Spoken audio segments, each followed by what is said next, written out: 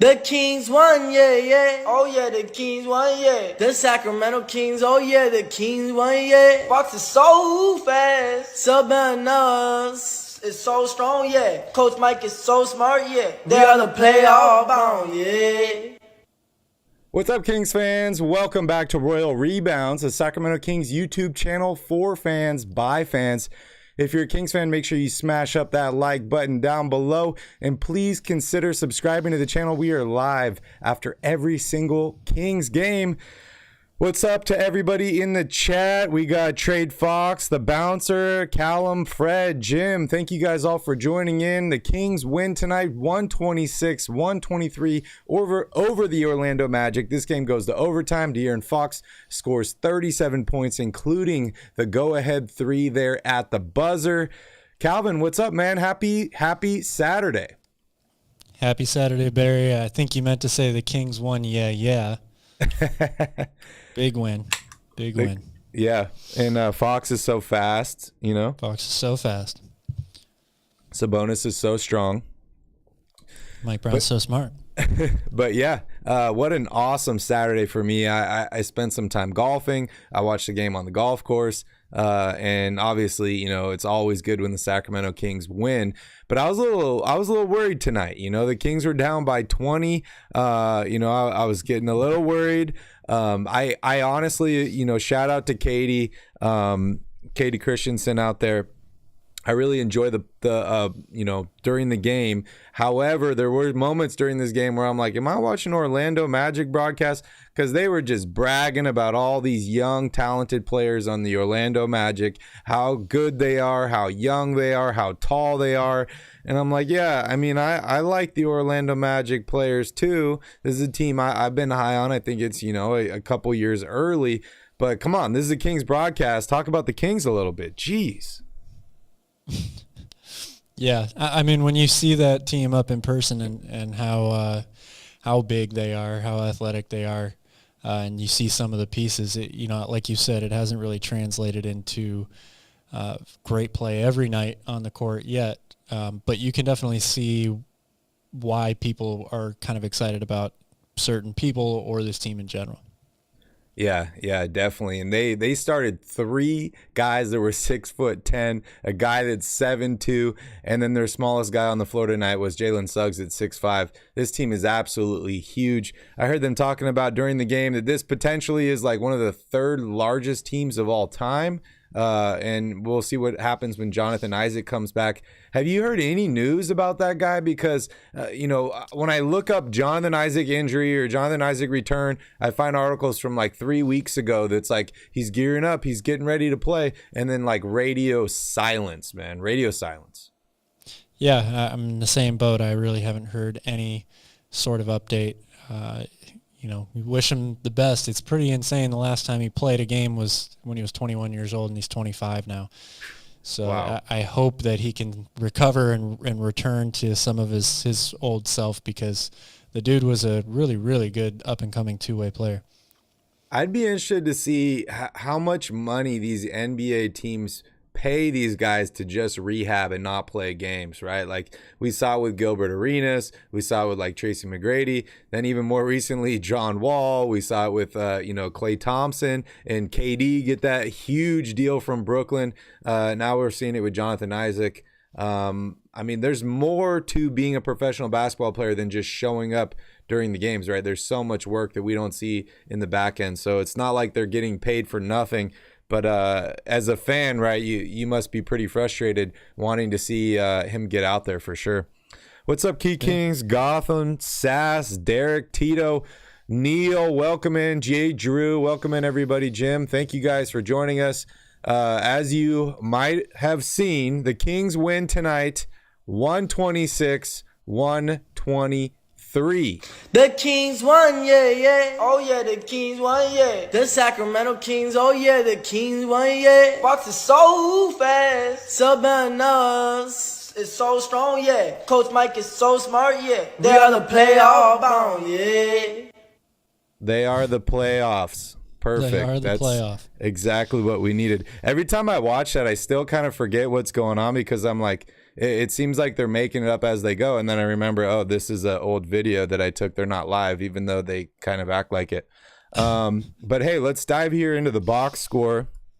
As I mentioned, Kings win tonight 126-123 over the Orlando Magic.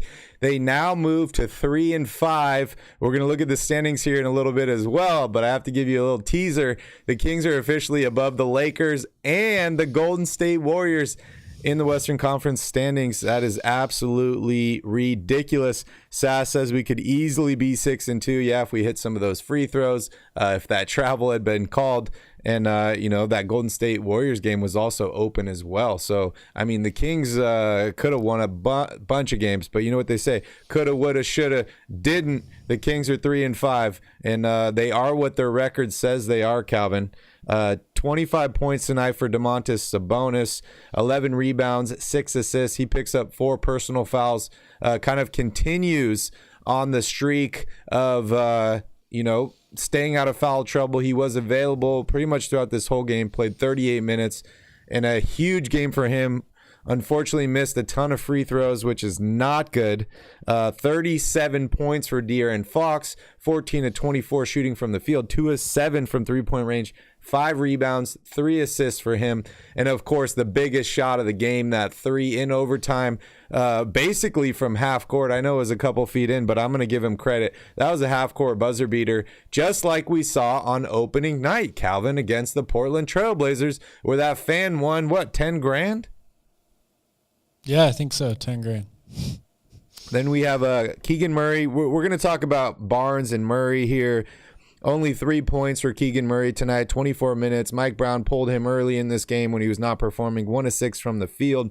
9 points for Harrison Barnes and 9 points from Kevin Huerter. 15 big points for Trey Lyles off the bench. Also, Calvin, I think we need to wish a happy birthday to Trey Lyles. It is his birthday today, so happy birthday, Trey. Trey Lyles is officially 27 years old. And then another big performance. He looks like he could be 40. Right. Another big performance from Malik Monk off the bench, 15 points for him. 6 points for Terrence Davis, 5 points for Terrence Davis, and 0 points for Davion Mitchell. He only gets 13 minutes in this game. And then a couple big games. Paulo, 33 points, 16 rebounds for him, 31 for Franz Wagner, 17 for Wendell Carter, and 23 huge points for Bol Bol. Not enough. Kings win. Calvin, give me your first thoughts on the game.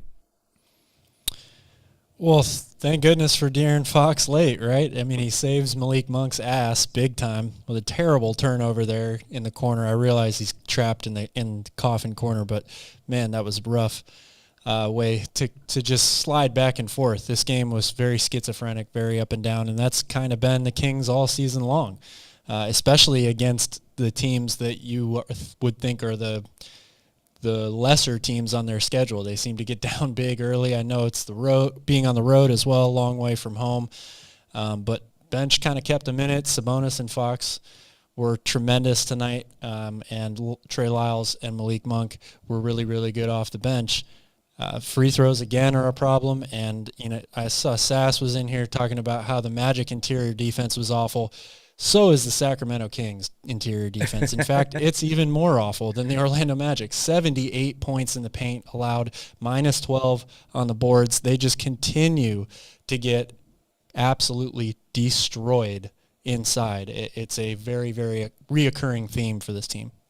Shout out to Gothan here. Gothan hit us with a super chat. Thank you, Gothan. We greatly appreciate your support. And if anybody wants to buy us a beer or just support the channel, Calvin and I do this for fun, go ahead and send us a super chat. He wants to know where the merch is at. I mean, you can check out RoyalRebounds.com if you want some fresh merch. I'm wearing the Sports Illustrated cover.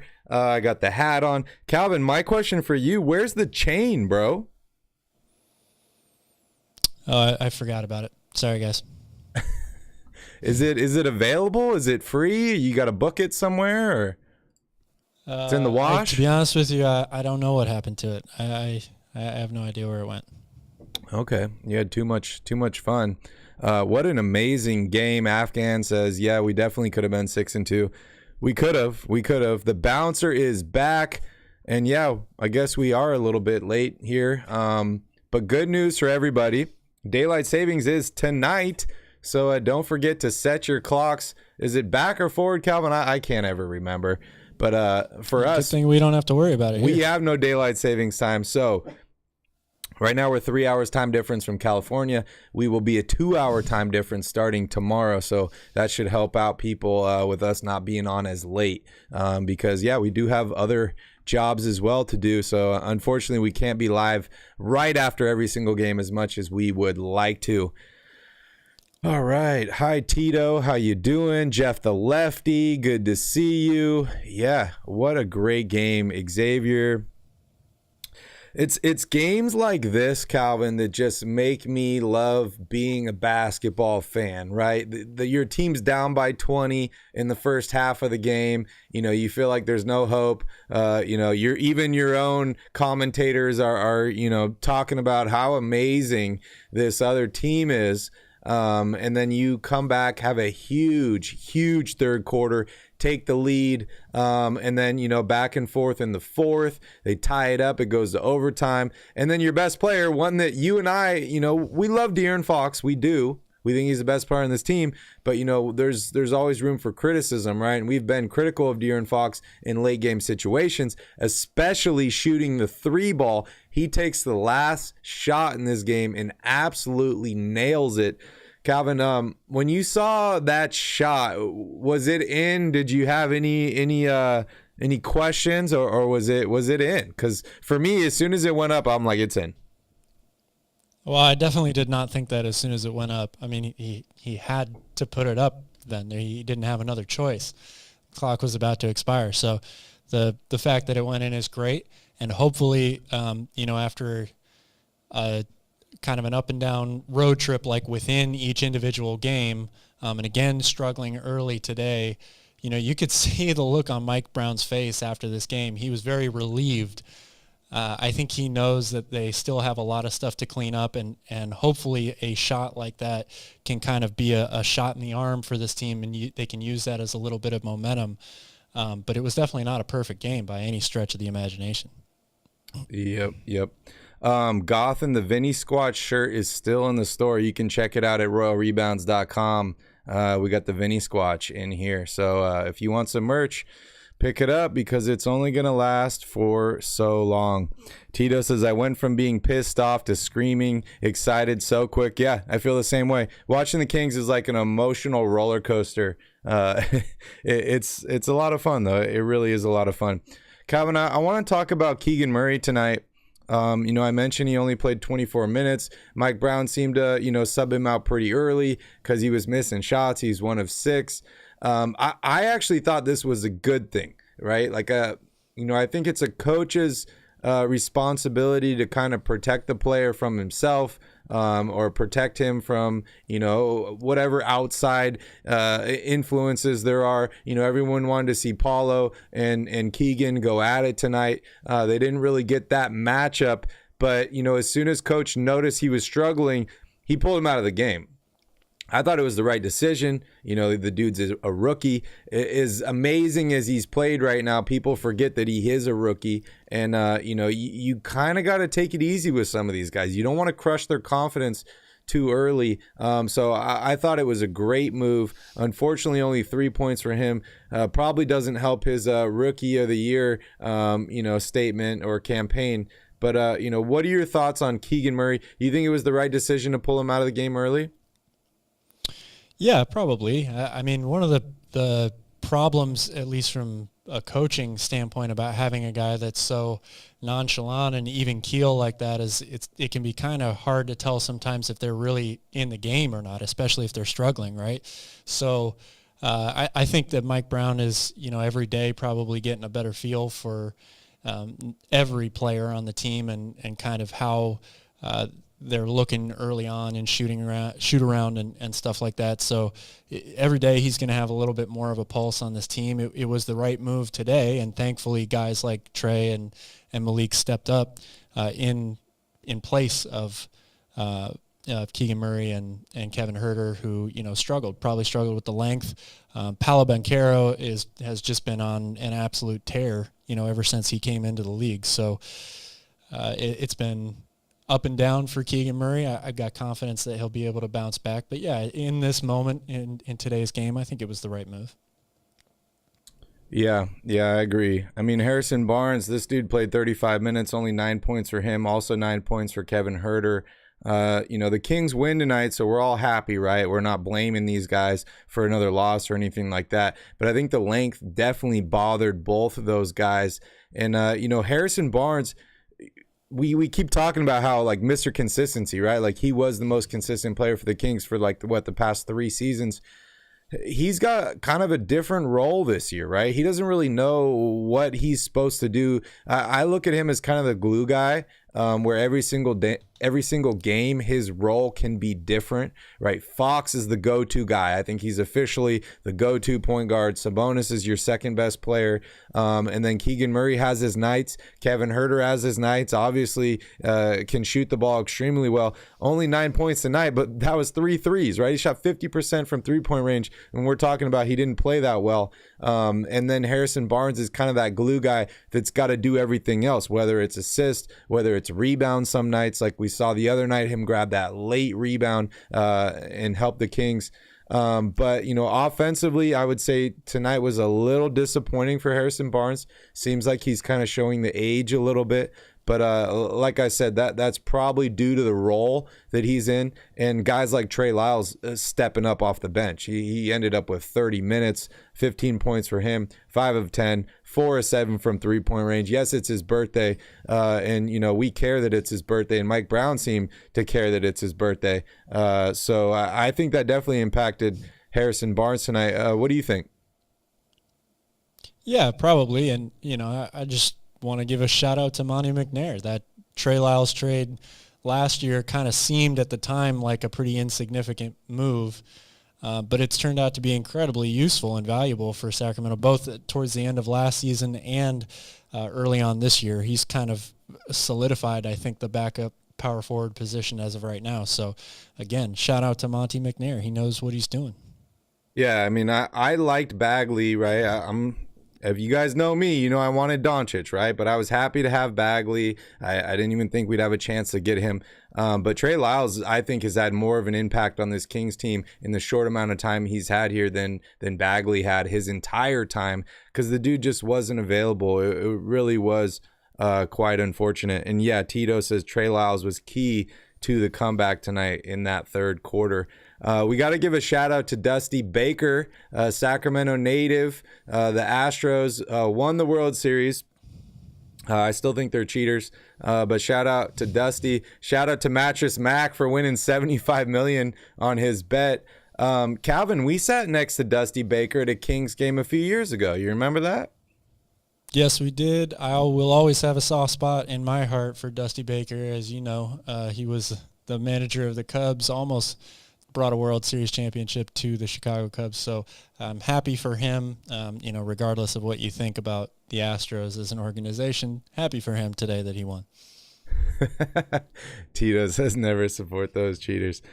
Yeah, it was funny. We sat next to Dusty and his son at a game years ago, and I remember there was this drunk guy that tripped and almost fell on Dusty Baker's son. That was hilarious. But that was a lot of fun watching with them. Let's talk a little bit about Davion Mitchell. Only 13 minutes for him tonight. 0 points. Missed both of the shots that he took. However, he was plus 15 in the plus minus tonight, Calvin.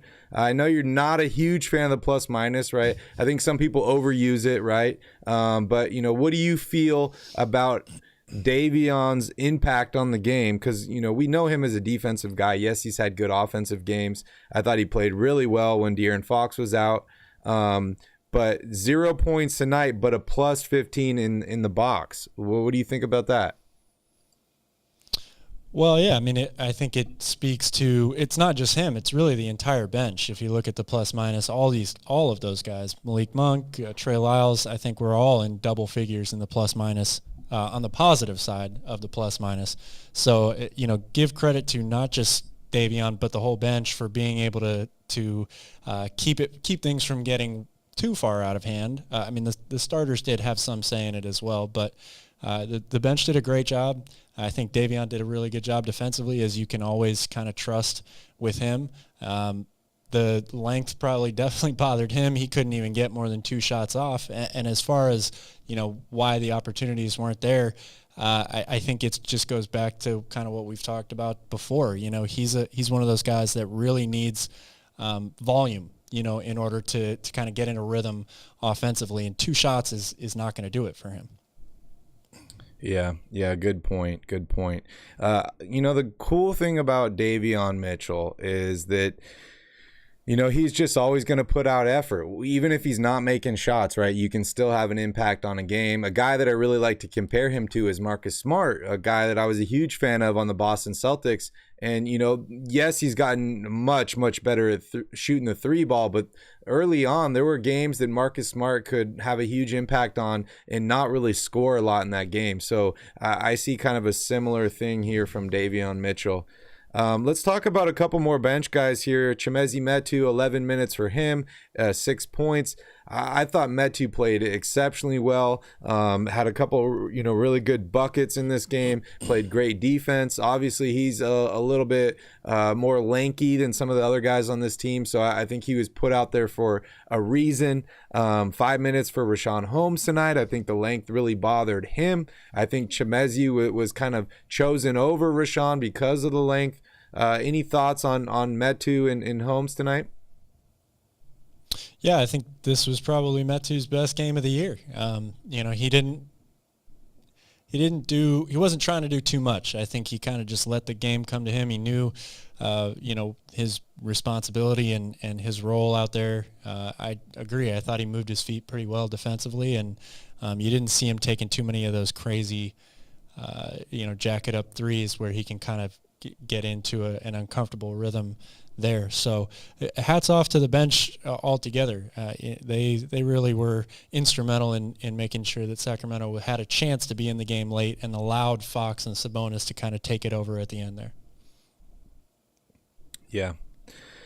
All right, let's talk about a guy that was not impacted by the size tonight, and that's Malik Monk. 29 minutes for him, 15 points, a rebound, 5 assists. He shot 50% from the field, 3 of 7 from three-point range. This guy's pretty small. He's only like 6'3", and a lot of people talk about his size and how that impacts his ability on the court. But he's playing against a huge Orlando Magic team, and he didn't seem to be affected at all. We also saw him dish the ball exceptionally well. He had 7 assists the other night when De'Aaron Fox was out. I like this Malik Monk that I've been seeing. I've kind of, in the past said that maybe he should be starting next to De'Aaron Fox. The Kings win, so I'm happy either way. But I really, really like what I'm seeing out of Malik Monk. And I think this guy, he was obviously the steal pickup last offseason for the LA Lakers. I think the Kings got a steal in him this offseason. Yeah, definitely. This was another really good move. Again, shout out to Monty McNair. He seems to know what he's doing. We've talked a lot about the chemistry between him and Malik Monk and De'Aaron Fox. They're obviously very good friends going back to their college days, and they're very happy to play together now. And although Malik struggled a little bit to start the season, he's starting to come into form here. And I think that, we've talked about him starting in the past. I really think you need to keep him on the bench because if you take him off the bench, you're not, other than, the random 20-point game from Davion Mitchell and a very solid Trey Lyles, that second unit gets a lot weaker all of a sudden. So, anything else that really stood out to you in this game in the team stats? I know you mentioned points in the paint. I think we talked about turnovers. I think it was like 14-18. The Kings won the turnover battle. Anything else that really stuck out to you in team stats? Well, yeah, I mean, to me, it's obviously points in the paint is a big one. We talked about it a ton last year, too. The Kings have not been good at defending the paint for a long time. Free throws, another thing that we have talked about with the Kings for a long time. Sabonis was 5 of 12 tonight. Almost everybody else didn't miss. So he's really struggled at the foul line. And while we're talking about that, got to give a shout out and a lot of credit to De'Aaron Fox, who's made 21 free throws in a row, 7 of 7 again tonight. He's only missed 4 free throws all season long. That was a big Achilles heel for his game for most of his career. So he seems to have really turned the corner there. And what more could you ask for from your best player who can now step up and knock down clutch free throws and game-winning threes? He is really, really taking on a new form. Let's talk about the man of the hour, the man of the night, De'Aaron Fox. He played 40 minutes in this game, scored 37 points, 5 rebounds, 3 assists. You mentioned was perfect from the line, hit the game-winning 3. Man, it feels good seeing your star player do that. If you're a big De'Aaron Fox fan, if you enjoyed watching him tonight, hit that like button down below. I want to see how many people are just stoked on De'Aaron Fox. Because we've been up and down on De'Aaron Fox, right? Like, he's had moments where he looks like he is the guy. Like, you're like, we made the right move. We paid him. He's got all this talent. He's fast. He just needs to stay healthy. He needs help. Now he's got help. He's trying to stay healthy. He only missed 1 game, which I thought was pretty impressive, even though I was kind of ragging on him a little bit for missing a game due to a bruise. But, he seems to finally be putting it together here. He's shooting the ball with much more confidence. And then you mentioned the free throws. The dude's only missed 4 free throws all season long. That's absolutely incredible. I don't think that's sustainable, right? Like, Fox is going to miss more free throws, but the improvement is there. I love to see it. And I think he's going to continue, to get better. So I'm just ecstatic. This game to me was more about De'Aaron Fox and less about the Sacramento Kings. He proved, I think, a lot of people wrong. It's only 1 game, but I think he proved a lot of people wrong in thinking that De'Aaron Fox cannot be a go-to guy at the end of games. Oh yeah, absolutely. Look, everybody was killing De'Aaron Fox early last season because he got off to such a slow start, right? And he wasn't always focused and playing with intensity, energy, and effort on defense. He couldn't hit free throws. He couldn't hit 3-point shots. It's very early. We haven't played a ton of games yet, but he seems to have fixed all of those problems. Like, I don't know, if you were a Kings fan, I don't know what more you could really ask of De'Aaron right now. He is playing out of his mind good. That he is. All right, let's take a look here at the schedule. The Kings are currently 5-3 with 5 losses. And Calvin, looking at this, dude, we could have been on a 4-game winning streak here. Like, we should be on a 4-game winning streak if that game had been officiated correctly. But hey, well, it would have gone to overtime. It wouldn't have been a Kings. Like, let's just be clear about that. There's no guarantee that the Kings would have beaten Miami in overtime. Oh, that's a guarantee. Right. Look what happened tonight in overtime. Did you see what happened today? De'Aaron Fox hit a game-winning 3 from half court. What happened? It took a half-court buzzer beater to beat the worst team in the league. Yeah, I can only assume that De'Aaron Fox would have done the exact same thing on Wednesday. So, we could have a 4-game winning streak going. But, either way, 3 out of 4 is not bad, Calvin. That's not typical Kings basketball. Not something I'm used to. Right. They say money changes people. I think winning changes people, right? We've seen it with the Golden State Warriors. They've really fallen off this year after telling everybody how many rings they have. If we can string a couple more wins together, I might start acting like Klay Thompson, Calvin. All right, don't get too ahead of yourself. But all right, back to reality. We're facing the Golden State Warriors on Monday. This is the final game of this 4-game road trip before they return home against the second best team in the Eastern Conference, the Cleveland Cavaliers. Another huge team that only has 1 loss, had basically a home run of an offseason in adding in, Donovan Mitchell.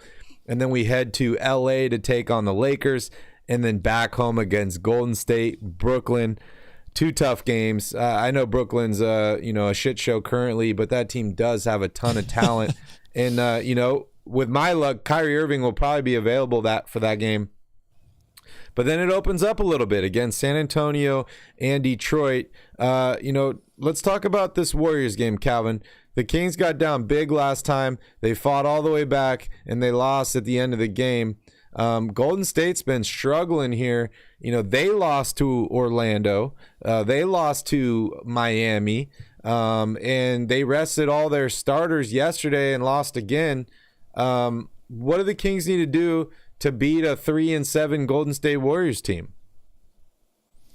I think they have to do the same thing anytime you play Golden State. It doesn't matter what their record is, right? Like you have to get out and contest three-point shots. You have to have great communication defensively because the Warriors are really good at moving off the ball. Pick and rolls, they're going to have to switch a lot of screens. That's something that the Kings have struggled with for a while now, not just this season. And then offensively, they've got to be able to withstand the runs here. Like they can't go down too big in this game early. I think they've gotten, I don't want to say lucky, they've been able to battle back against teams like Orlando and Charlotte after being down huge at halftime. I know the Warriors are struggling right now, but that's not the team you want to be down huge at halftime to, especially on the road. So they just need to come out ready to play after a long flight back from the East Coast. I think they can do it, and definitely it's great to have Fox back in the lineup. So with Sabonis playing his best ball of the season, that definitely gives the Kings, a lot better of a chance. Yeah, Kings got me here. Fox was not playing on Wednesday, so I cannot assume he would have hit that half-court buzzer beater. But, hey, maybe Davion. I don't know. I'm just joking with you guys. But, yeah, I mean, this game, if you are the Golden State Warriors, I feel like your coach Kerr has got this game circled, right? He's like, we've been effing up lately. We've been stumbling. We've been losing games. What's a better way to get our rhythm than beat a Sacramento Kings team at home? So this is definitely going to be a huge game for both the Kings and the Golden State Warriors, two teams that are, way below 500 at this point and trying to gain some momentum because they both play in a really, really tough Western Conference here. Charlie says, how do you beat the Warriors? Kick Steph Curry in the ankle. Wow, Charlie, that's a rough one. That's a rough one. Yeah, right now, how you beat the Warriors seems to be just talk trash to Klay Thompson because then they seem to implode afterwards. So someone get out there and start talking shit to Klay. Yeah, or you got to get Even if he's Draymond not in the game, just start talking to him on the bench. See what you can get out of it. You got to get Draymond, dude, to do something. Maybe he'll punch somebody in the face during the game. Maybe he'll kick somebody in the nuts. Find a way to get that guy ejected. But no, seriously, I mean, the Warriors have been struggling. They're looking to put together some wins just like the Sacramento Kings. I anticipate this to be a pretty good game, but it's going to be tough. The Kings are traveling back from Florida. They're probably on a flight right now back to California. Then they have one day off and then go right into the game on Monday night against the Golden State Warriors. It doesn't get easy, Calvin. It doesn't get easy. However, if we were looking at the past, week of games, I didn't have the Kings going 3-4. So, you never know. There's a reason why they play the game. There's definitely a reason. And what'd the Kings do tonight, Calvin? Kings win, yeah. The Kings won, yeah. Oh yeah, the Kings won, yeah. The Sacramento Kings, oh yeah, the Kings won, yeah. Fox is so fast. Sabonis is so strong, yeah. Coach Mike is so smart, yeah. They are the playoff bound, yeah. Man, I'm going to get kicked off of YouTube for playing that video too many times. It gets stuck in my head, dude. It's crazy. I don't know. You like the Island Boys? No comment.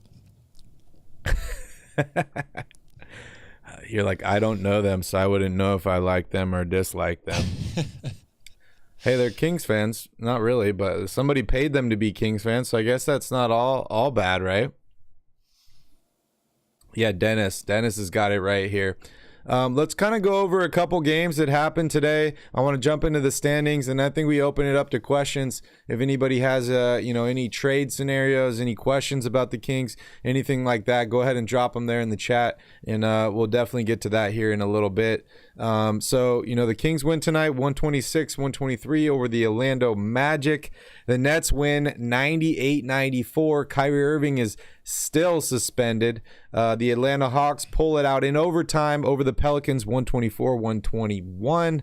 A great game there by DeJounte Murray. The Celtics beat the Knicks 133-118. Bucks beat the Thunder. The Bucks are still undefeated, 108-94 tonight. The Timberwolves pull it out, 127-117 over the Rockets. The Nuggets beat the Spurs, 126-101. No surprise there. And then it looks like the Suns just pulled it out over the Trailblazers, 102-82.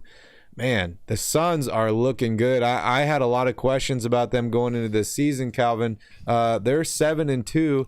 And on the top of the Western Conference, that's crazy. Utah is 7-3 here. That's absolutely wild. And then Portland 6-3. You look here at the East, you got Milwaukee 9-0, 7-1 for Cleveland, who we play just after the Golden State Warriors. We play them at home. How are you feeling about these standings here? Are they starting to kind of even out, or you still think we'll see some big moves here by any specific teams? You mean in either conference, or are you talking about a specific conference? Either one. Yeah, I think in general things are starting to even out. Utah continues to surprise night in and night out. Portland was pretty decimated today. They didn't have much of a chance, in my opinion, going into Phoenix.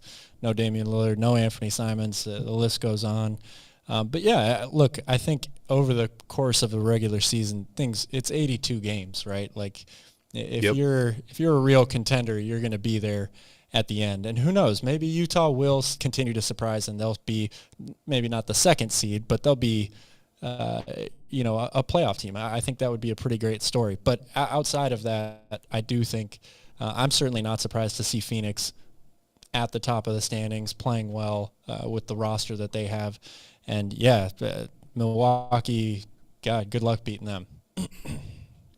Yeah, it's crazy. If you're a team like Milwaukee, are you still, like, if you're the GM, are you still looking around the league and being like, okay, how can we get better? Should we maybe try and snag some of these guys from Utah? That's the thing about Milwaukee is they don't even have to do that. Chris Middleton hasn't played a game yet, so they can just say, well, yeah, our second best player hasn't even played yet. We will get better.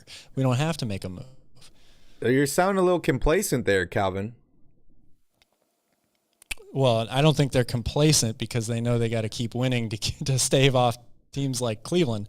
But yeah, if I'm Milwaukee, I think you have to feel about as confident as possible, right? Giannis is, again, having just a phenomenal season. They're a ridiculously good defensive team. And again, their second best player hasn't even played yet.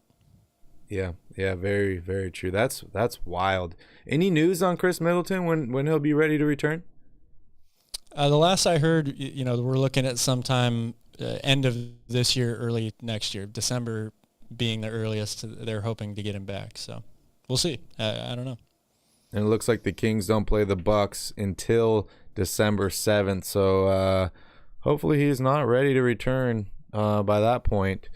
Charlie, I think the Island Boys are on Cameo. If you've ever heard of Cameo, it's a site you can hire celebrities, actors, athletes to sing happy birthday to your grandpa, or you can even pay them to make you a commercial video as well. So maybe we'll get another video of the Island Boys on here or something. 69girls.xyz, find love on the new dating site. Shout out to you guys. You are out of here.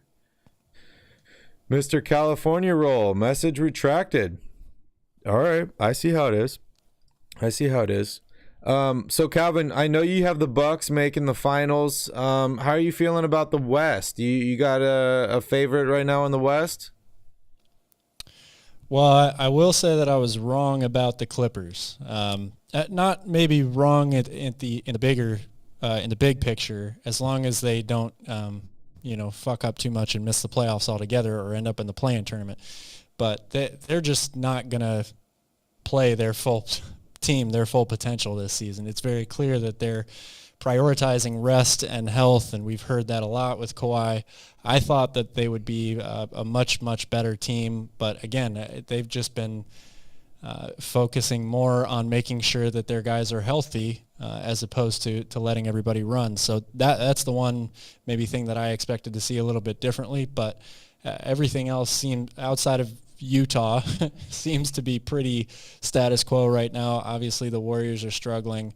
But look, we said it all off season long. The West is going to be really, really tough. There's a lot of good teams. I think all these teams are going to beat each other up a bunch.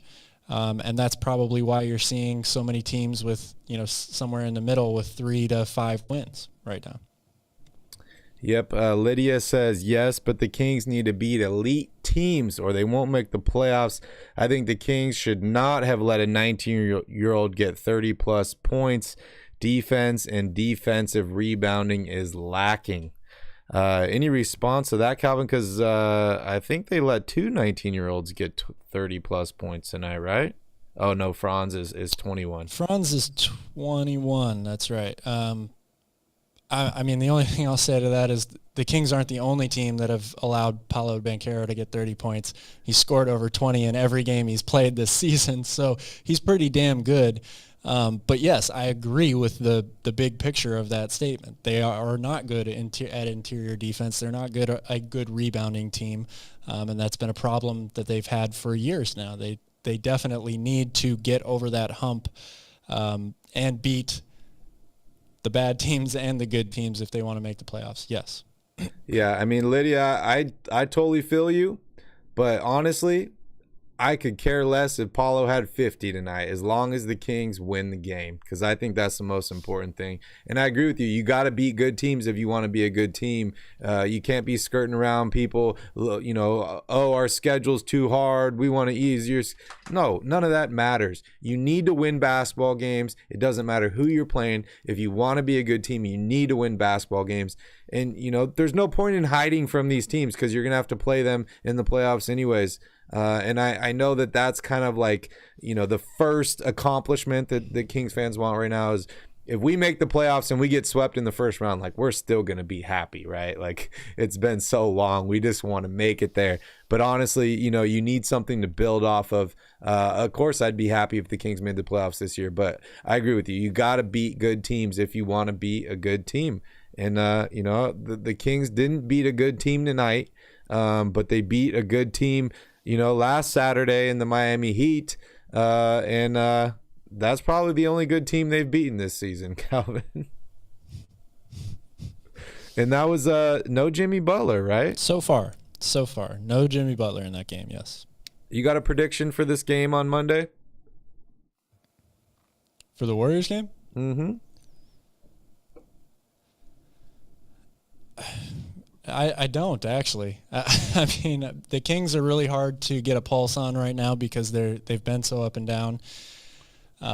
It seems like one game they get a pretty evenly distributed effort, and then the next game it's got to be De'Aaron Fox taking a lot on his shoulders, or Sabonis and Fox taking a lot on his shoulders. For a team like Golden State, which can be an absolute juggernaut offensively, but they've been kind of slumping and in a bit of a slumber lately, this could be the perfect opportunity for them to go nuts and score a ton of points. It's just like it's going to come down to a concerted effort on defense, and the Kings bench has got to play really well. You can't let Golden State's bench, who's got a lot of really capable players, outplay you big time, because then you're going to be playing from behind pretty much the whole way, most likely. Yeah, I'm looking for Kevin Huerter to have a bounce back game. I think you need 15 plus points out of him. I think he needs to shoot well from three. I think De'Aaron Fox has got to be aggressive. He's got to get to the basket. He's got to pick up some fouls, put some of the bigs of the Warriors in foul trouble. And then I think with these shooters, you just got to be physical. I think that it's worked in the past, But, Klay Thompson, Steph Curry, amazing players, amazing shooters. But you got to be a little bit physical with them. You got to push them off their spots, and you got to make things tougher for them because they're going to make shots. That's what they do. But you got to make things a little bit more difficult so that by the time, the fourth quarter comes, end of the fourth quarter, they're tired because they had to work so hard to get their buckets. So I think those are some important things to do. Dennis wants to know your pick for Rookie of the Year, Calvin. I mean, if it's not Paolo Banchero, you're just kidding yourself at this point. There's a long way to go, but the guy has played out of his mind. He's put up LeBron-type numbers through his first, 9 games. So he's definitely earned it right now. I agree with Dennis that Ben Mathurin has played ridiculously well as well. And then I think Keegan Murray is still probably around third for me in Rookie of the Year, but Banchero is head and shoulders above everybody else. So we saw Wendell Carter and Bol both start tonight together. Mo Bamba did not play. He got a DNP, coach's decision tonight. I know, we've talked about what the Kings need going forward. They need rim protection. A guy that you mentioned, Mo Bamba. Any additional thoughts on bringing Mo Bamba here to Sacramento? Yeah, I mean, I think it's worth taking a look at, right? He's clearly not he's played for Orlando this season, but he clearly seems to be losing minutes to Bol at this point. So they've got a plethora of big men in there. I think it's definitely worth the Kings taking a look at somebody like him. Yeah, and I think Orlando has got so much young talent. They don't have enough minutes for all these guys. So, it comes a point where you got to chip up. You got to trade some of these guys, to fill positions and, get rid of a lot of younger talent, bring in some veteran leadership. That's, I think, why I mentioned a guy like HB in a trade for them might help bring them to the next level. Definitely keep an eye on the Mo Bamba situation. Charlie says, should the Kings call Charlotte about Mason Plumlee? We saw him play just a few games ago. Yeah, I mean, I don't know. I would still call Orlando about Mo Bamba first. That's just me personally. I think Mason Plumlee is a good, an average center probably. I mean, is a big body for sure. Pretty athletic for a guy his size. It would be worth at least seeing what it would take to get somebody like that. But for me, I'm going to call about Mo Bamba before I call about Mason Plumlee. Shout out to Tom here. Tom's a big Sacramento Kings fan from Omaha, Nebraska. Welcome into the channel, Tom. Thank you for joining in. Don't forget to smash that like button and hit that subscribe button. I'm not a huge Mason Plumlee fan. I'm just not. And I also don't understand why Charlotte would end up trading him because they don't really have many bigs, right? We've been talking about no option how this team is lacking a big. I know they drafted Mark Williams here in the draft, an amazing rim protector, right? Didn't he average like over 5 or 6 blocks a game or something last year in college? I think you're thinking of Wes Walker Kessler, but Mark Williams is a good rim protector, or at least was in college as well. I could have swore the dude was averaging, close to 5 blocks a game or something like that. Anyways, they do not have a lot of bigs. So, unless they felt maybe a Rashawn Holmes pick and roll kind of player fits better, with their ball, then, maybe they would consider doing a deal. But I honestly don't feel like Miles Plumlee really, pushes the needle for the Sacramento Kings. And look at Charlotte. Charlotte can't stop anybody anyway. So, I mean, what's Mason Plumlee really doing for them? Yeah, not much. Not much at all. Lydia says, what about Miles Turner? Calvin, I'll let you take this one. I would love to have Miles Turner. But my thought process with going after him now is, again, we've seen him say repeatedly that he wants a bigger role, all the stuff as when he was playing with Domantas Sabonis in Indiana, right? If they trade for him now, he's going to probably be used in the same way that he was used on that Indiana team, which isn't a bad idea in the basketball scheme of things. I think that he's a great fit next to a guy like Domantas Sabonis. But if that's not what he wants to do, he's going to be a free agent next offseason. The goal, in trading for somebody like that would be to retain them, right? I don't know how great your chances, especially if you don't win a lot of games, are of retaining him in free agency when he's going to be a very, very popular, sought-after free agent by a lot of contenders probably. So when you think of what you would have to give up to get somebody like that, and the idea of are you 100% sure that it's going to work out long-term, I really would love to have the player, Myles Turner, but I'm trying to think of the future and the bigger picture here as to what it would mean for the team. And it's a little worrisome. I love PJ Washington also. I'm seeing that in the chat here. He killed Sacramento the other day. He's a great, efficient player, good outside shooter, really, really good inside player as well, has a good post-up game, good rebounder. I think he would be a fantastic fit if they were able to steal him away. Yeah, I couldn't agree more. Sass has got some inside information here. He says Monty knows we need a power forward, and he's working on it. That's good to know, Sass. Do you know who? Because if you could text Monty and get back to me, that'd be great. Charlie says, what 3 players on the Kings are most likely to be traded? I'll give you 2. Harrison Barnes and Rashawn Holmes. Calvin, you got a third one you can throw in there? And don't say Davion Mitchell.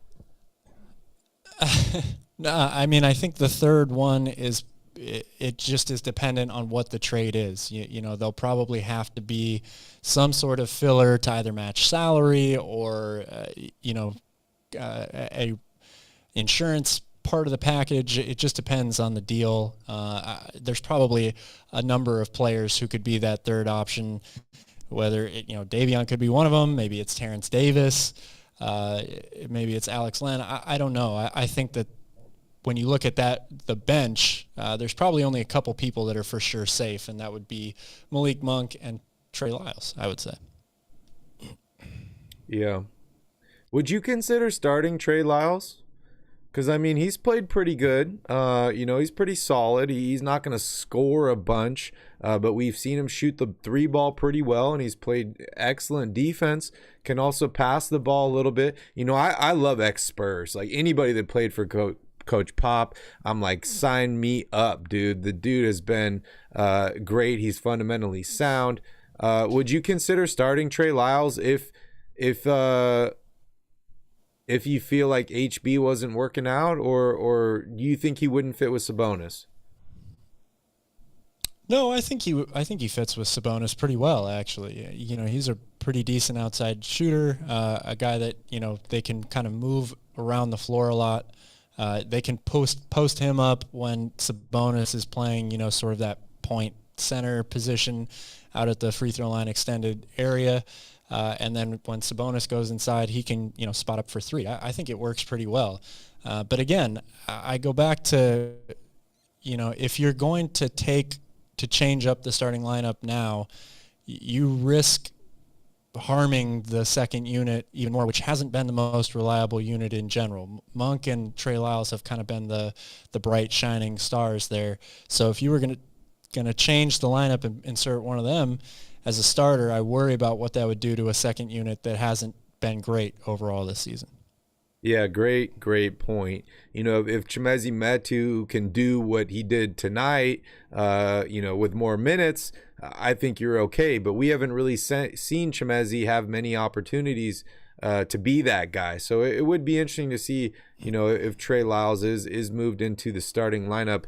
No KZ again tonight, another DNP, a guy that you and I thought was a great addition this offseason to the Kings. I think you even said, quote unquote, probably the most underrated acquisition for this team, and I agreed with that. Like, the dude played exceptional defense when we saw him out there. It's kind of weird the dude's not getting any minutes, but yeah, that's wild. I see some people here talking about Ben Simmons. You still off the Ben Simmons train? Yeah, I am. I realize it's going to take some time for him to work himself back into shape, but there's so many issues I have with Ben Simmons, just his mental headspace, and he just doesn't look the same to me at all. Again, I know he didn't play for a long time, but he doesn't seem like himself, and I worry that there's going to be some sort of block, like a Markelle Fultz thing. Oh, man. For a guy that makes that much money. The F word. It worries me. It worries me. Yeah. I mean, if you swap him out for HB, is this a better basketball team? Because he can do a lot of the things HB can do, and a lot of things better other than shooting. Yeah. Yes, it probably is. It probably is. But are you going to be able to trade Harrison Barnes for Ben Simmons straight up? No. Yeah, no. Unless we throw something else in there, and I don't know what that would be. Maybe Vivek can throw his condo in Maui here in on the deal or something like that. Maybe Josai just wants to get out of that headache. We could throw a bottle of Tylenol in there, dealing with Kyrie so much. Neil says Kada could help us perhaps. Yeah, I'm interested. I like Kada. There was moments last year where we're like, wow, this is the rim protector the Kings could need. And then there was other times that he looks kind of lost out there. Any updates on Kada, Calvin? I don't. I'm not. He's in Stockton. I don't want to say anything that wouldn't. It would be all a guess right now as to what their plan is for him, where they view him, how far along they see him. He definitely shows flashes of being a guy that could potentially really, really help this team. Big men take longer.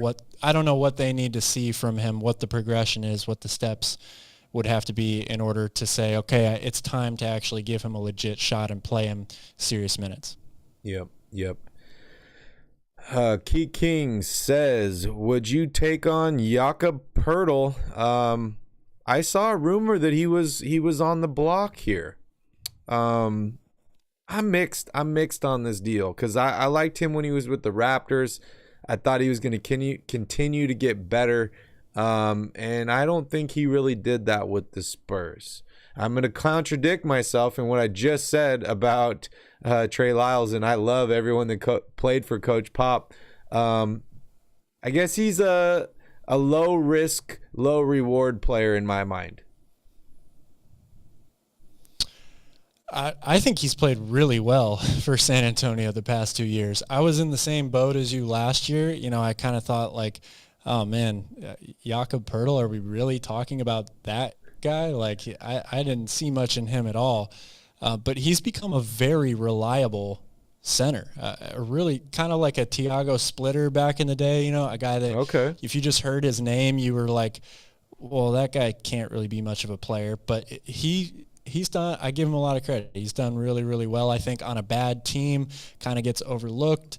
But I think as far as what the Kings have at center right now, I realize Sabonis is there, but I would play him at power forward, and him next to Poeltl, that doesn't sound so bad. Yeah, it doesn't. It does not. Let me check in here and see how he's doing. So he's averaging 12 and 10 this year. That's not bad at all, and almost a 20 per. He's having a great season for the Spurs. Interesting. I'll have to do some more research and watch some more film from him. I don't watch many Spurs games, but I mean the Kings need another big man, and if Sabonis is going to be the guy at the power forward spot, we got to figure out who's going to be the center. It's interesting. He's 7'1". He's big. He's 27 years old. You know how much money he makes right now? I don't know how much money he makes off the top of my head. Let me take a look here and see what we got for Spurs salary cap.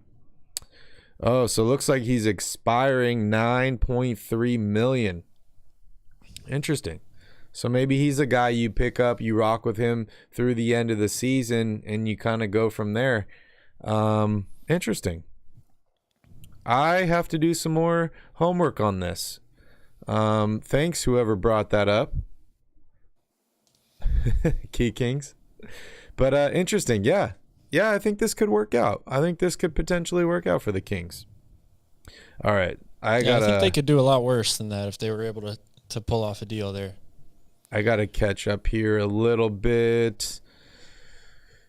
Keegan Murray would have been in my 3 trade candidates. He's the only guy who can bring back a difference maker. Interesting.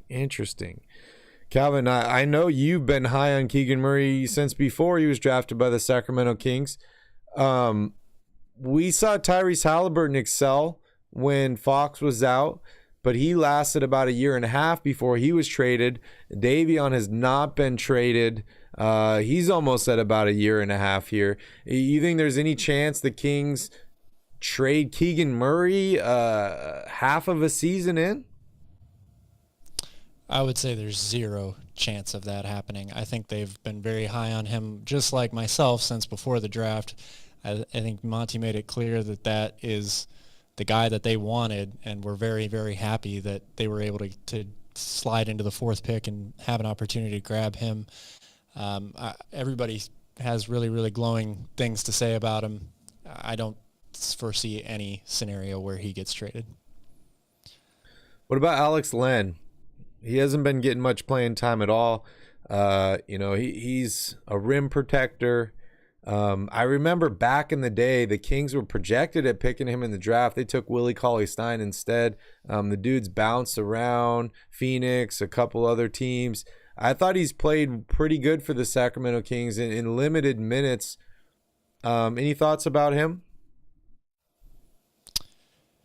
I'm not the biggest Alex Len fan. I think that he's a good gap filler when you really need somebody in a pinch, foul trouble, stuff like that. He's a big body.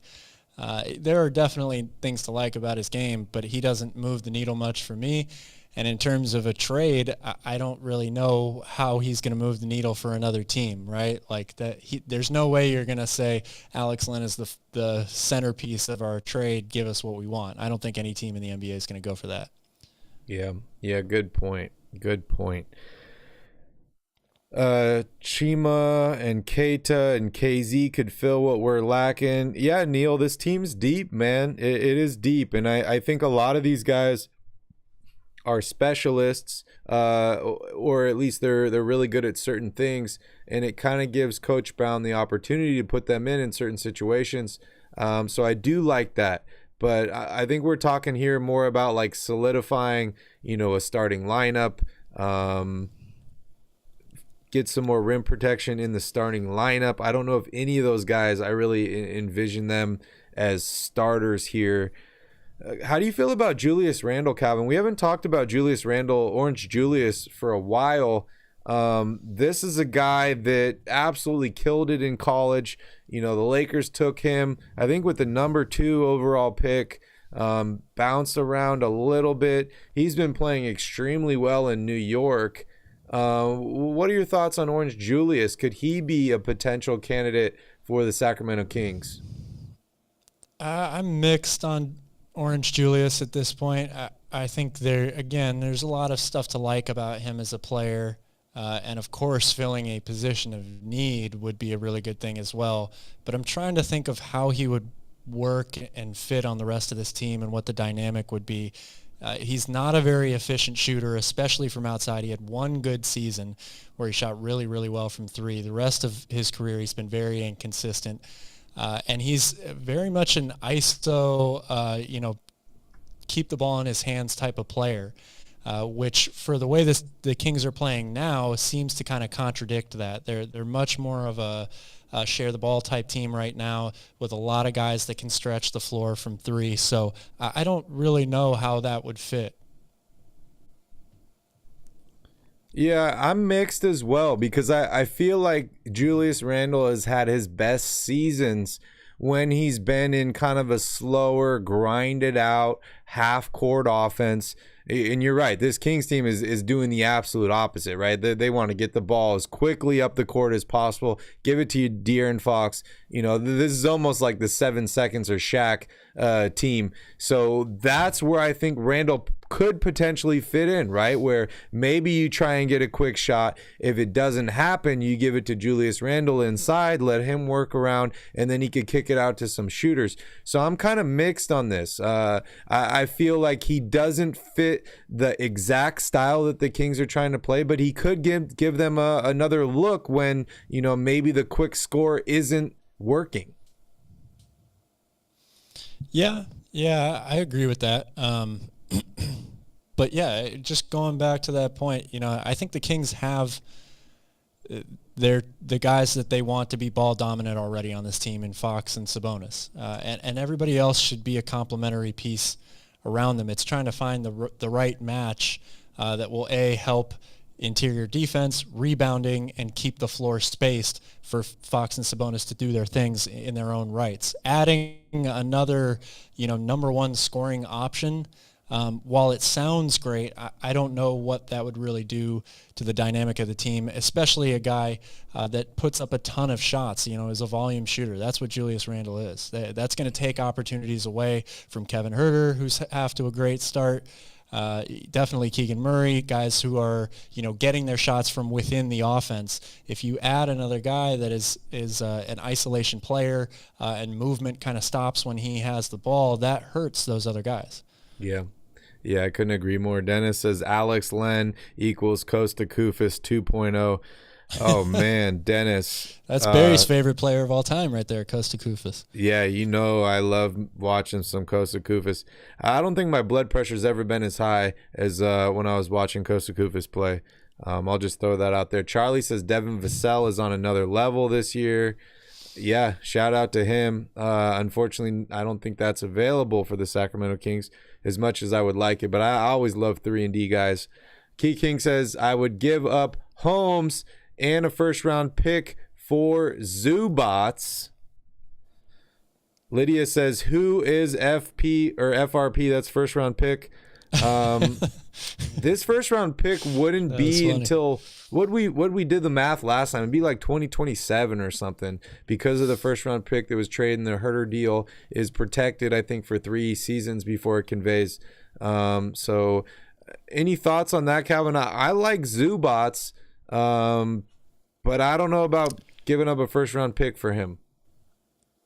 I love Zubats, and I probably would give up a first-round pick for him, but please tell me why the Clippers do that deal. They don't have any other center on their team other than Zubats, and getting Rashawn Holmes in return, I think he would be a decent fit on that team, but I'm not ready to say that he's better for them than Zubats. I think they're very, very high on him. So I don't see the Clippers doing that deal at all. Calvin, how many likes do we need on this video for the Kings to beat the Warriors on Monday? Oh, man, a lot more than 13. I'm going to go with probably at minimum 25. We only have 20 people watching, or at least that's what it shows for me. So I think going to be tough. But 28 likes right now. We got 40 people watching. Oh, we're at 30 likes now. Oh, really? Oh, well, my shit just hasn't updated then. Okay, well, then the number is always 45 likes for me. 45 it is. 45 likes, and we get a Sacramento Kings victory on Monday. Calvin's guaranteeing it. He's going to find the gold chain, and he's going to be wearing it on Monday. So make sure you guys smash up that like button. I see you guys watching. Hit that like button. It doesn't cost anything. Just press it. And press it twice if you need to. Press it 3 times. We need odd number of times, right? You can press it once, you can press it 3 times, you can press it 5 times. Just don't press it a even amount of times, because then you'll end up unliking it. Ray Smooth, what do you think it would cost to get Lauri Markkanen? We talked about Lauri on the last podcast. I like Lauri a lot. Not really a rim protector, but definitely a 3-point shooter, someone that could space the floor. We talked about our concerns in a Sabonis Markkanen front court. But Calvin, what do you think it would cost to get a guy like Lauri Markkanen? and he's been playing so incredibly well. Like I said last time, this is a buy high candidate for me at this moment. But what do you think it would take? Well, I'm with Sass on this one. I don't think the Kings want to know what it would take. Any deal with Danny Ainge, you run the risk of getting completely swindled. It would probably cost a bunch of draft picks, as we've seen them just try to stack those. So I don't think the Kings really want to know what it would cost to get Lauri Markkanen, especially since he's playing so well right now. Shout out to Bird here. I mean, we could give him Rashawn Holmes. We could throw in maybe the Island Boys. A couple second-round picks. We could make something work. Neil says the Warriors seem to own us. The Warriors seem to own everybody. They seem to own everybody, man. They seem to own the NBA championship because it's currently in their building. But we gotta get a win on Monday, Calvin, and it's probably not super possible because it is the Golden State Warriors. But hey, we're better than them in the standings right now. I just got to throw that out there. It feels so good, man. The Kings are above the Lakers and above the Warriors in the standings. Shout out to Dennis here. Dennis, thank you for the super chat. You are contributing to the beer fund. Much appreciated. And that's a Coast to Koofus super chat. Sass says Miles Leonard. Calvin, weren't we just talking about Miles Leonard the other day? I think it's Myers Leonard. Oh, sorry. Just a typo there. But yeah, we were just talking about him the other day because he did a very similar thing that Kyrie did, and he's out of the league for it now. I think Miles it's Leonard tough when you're sounds not one of the better. best players. Yeah. I think he should change his name because Miles Leonard definitely sounds way better. What a weird situation. I haven't heard anything about that guy, and nothing at all. Not that I was really, really high on him. He can't protect the rim. He can shoot the ball a little bit. But yeah, I guess he got canceled for playing some video games and saying some stuff you don't want to say. Yeah, he definitely let one slip. That was for sure. It's just crazy, Calvin, because, you and I, we're a little bit older. If you remember, game lobbies back when the internet was free, before you had to pay to go on your PlayStation or whatever, those game lobbies were brutal, man. They were dropping F-bombs, N-words, all sorts of derogatory statements. And it's from 13-year-old kids. You're like, dude, are you serious? What are you doing? They're just yelling, dude. They're just angry, just trying to get under your skin, say whatever they can. Those rooms were absolutely brutal. It's going to be interesting to see what happens, dude, when we move into this metaverse, Calvin. Oh yeah. Oh yeah, Afghan baby. Oh yeah, it's talking about Randall. I'm mixed on Randall, dude. I still think Randall could potentially be a good pickup for the Kings. Like I said, maybe a 7 seconds or Randall situation. But it really depends on what it takes to get him. I got Harrison Barnes, like I said.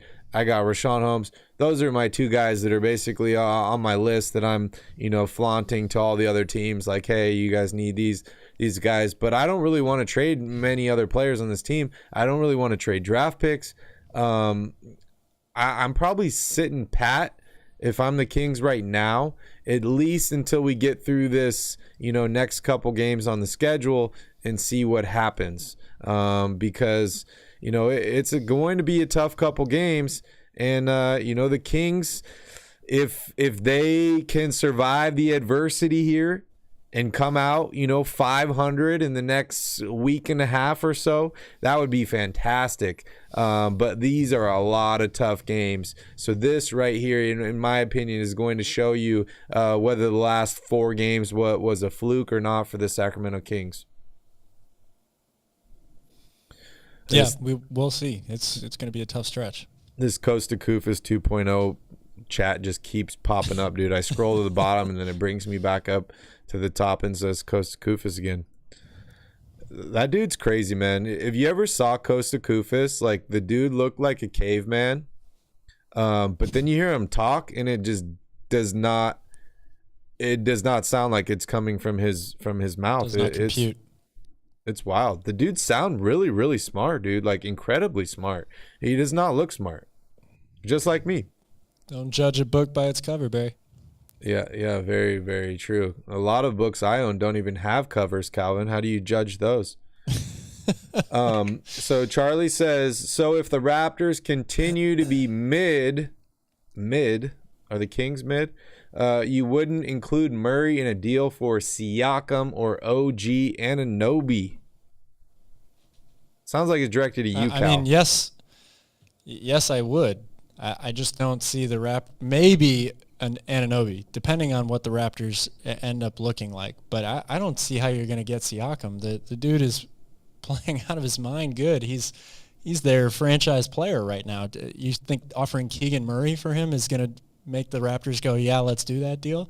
I don't think that's going to happen. Siakam's trash. OG's trash. Murray's going to be a Siakam has been future mentioned superstar. in MVP conversations this year. Keegan Murray is not going to get the deal. The done only thing for a guy that like Pascal Siakam can do better than Keegan Murray is a spin move. That is the only thing he can do better. Only thing, dude. Keegan Murray will be a superstar, dude. I see it. It's going to happen, Cal. Siakam pretty much is a superstar at this point. Yeah. And then? And then you want to trade a rookie who's played 7 games for him? Like, that's not possible. Yeah. I mean, I really hope they don't trade Keegan Murray. I like Keegan Murray a lot. Don't trade him. Don't trade Fox. If you just hold on to Fox, Sabonis, and Keegan Murray and figure out the rest. And I like Kevin Huerter. I'm not on the trade Kevin Huerter bandwagon. But if I'm trying to bring in like another big name on this team, I'm really trying to hold on to those 3 specific guys and add to that core, not mess that up to try and add another guy. And I know you think Siakam would make this team a much better team, and it probably would. He probably would. Absolutely, he would. But I'm not a big fan, dude. Too many spin moves for me. I don't know how he doesn't get dizzy. Come on. You need to watch more Siakam, dude. I'm going to start playing you some highlight clips of Pascal Siakam because the dude he's a great player. He's a really, really, really great You just player. like him because he plays in Canada, Calvin. What? No. Bert says... I don't even know how to respond to that. Bert says, do you think this change in play continues to grow throughout the seasons, guys? Could you read that again? I don't really understand that. Do you think this change in play continues to grow throughout the seasons? Maybe. I'm sorry. I really don't know what we're referencing here. Bert, can you be a little bit more specific? I'd like to know what your question is, because it sounds interesting. Change in play continues. Maybe he's referring to the fact that we won 3 out of the last 4. And maybe that will continue, and maybe the team will get better. I'm going to say yes. I think Certainly the Kings. Hope so. I don't think the Kings lose another game for the rest of the season. In my opinion, I got them winning on Monday against Golden State. They're definitely going to beat the Raptors and Pascal Siakam when we play them. That's in December 14th. Definitely. Dennis says the Island Boys should start. Dennis, that's a dumb comment. Sorry. Unless you're referring to Calvin and I, then yes, that's a great comment. All right, Lydia is heading out. Good night, Lydia. Thank you for joining us. And, if you guys missed the show earlier, daylight savings tomorrow, or tonight, or whatever it is. So don't forget to change your clock. Here in Hawaii, we do not have daylight savings, which is fantastic. But that means that our time difference, instead of being 3 hours it is currently, it will only be 2 hours tomorrow. So our shows should be a lot earlier for you guys. Yeah, that's crazy, Calvin. We're living 2 hours in the past instead of 3 hours. So that'll be interesting. But hopefully a lot more people will be able to join us. That's for sure. All right. Key King says Nick Richards, Mo Bamba, Naz Reid, and Hayes are possible trade targets as well. You like any of those other guys, Calvin? I know you like Mo, and I think we talked about Naz Reid a little bit. Yeah, I actually like all of them. I mean, I think all three of those guys would fit things that the Kings need. Nick Richards has made a big improvement. We talked about, Charlotte not having a lot of options inside. He's still a work in progress, but he's a physical guy with a lot of length, definitely a rim protector and a really, really good rebounder. So that would definitely help. I don't know if you start him on the Kings, but it would be a great option to kind of use off the bench. And Naz Reid, I've talked about him this season as well. I thought he made a big improvement in his game. Definitely a much better outside shooter now. But another really, really big, large guy with a lot of length can definitely help rebounding and defending the paint, defending the rim. So, yeah, I think all of those guys are good options. It just depends on, what it would cost to maybe get one of them. Dude, Dennis has got me dying with this Oscar Myers Leonard. Oh, man, that shit is hilarious. Charlie's asking about Jeremy Lamb. I like Jeremy. I don't think the Kings need another wing, though, right now. They need a big guy. Jeremy cannot play the 3 or the 4 or the 5. He does not protect the rim. How about you, Cal? You like Jeremy Lamb? Or I mean, not do you like him, but would you bring him back? I think that ship's probably sailed as well. The only scenario I could see where it might make sense is if you do decide, like, okay, Malik Monk or Trey Lyles needs to start. Harrison Barnes gets traded. Maybe they don't get a starting caliber player in return. Maybe look to Jeremy Lamb, as another guy to come off the bench and kind of fill some of that role or the hole that is left from either Monk or Lyles being moved into the starting lineup. But I don't really see that as a realistic scenario. Dennis, who did you see downtown? You saw Oscar Myers Leonard or you? I think he was talking about your man Costa. Oh, Costa Kufis, my guy. Caveman.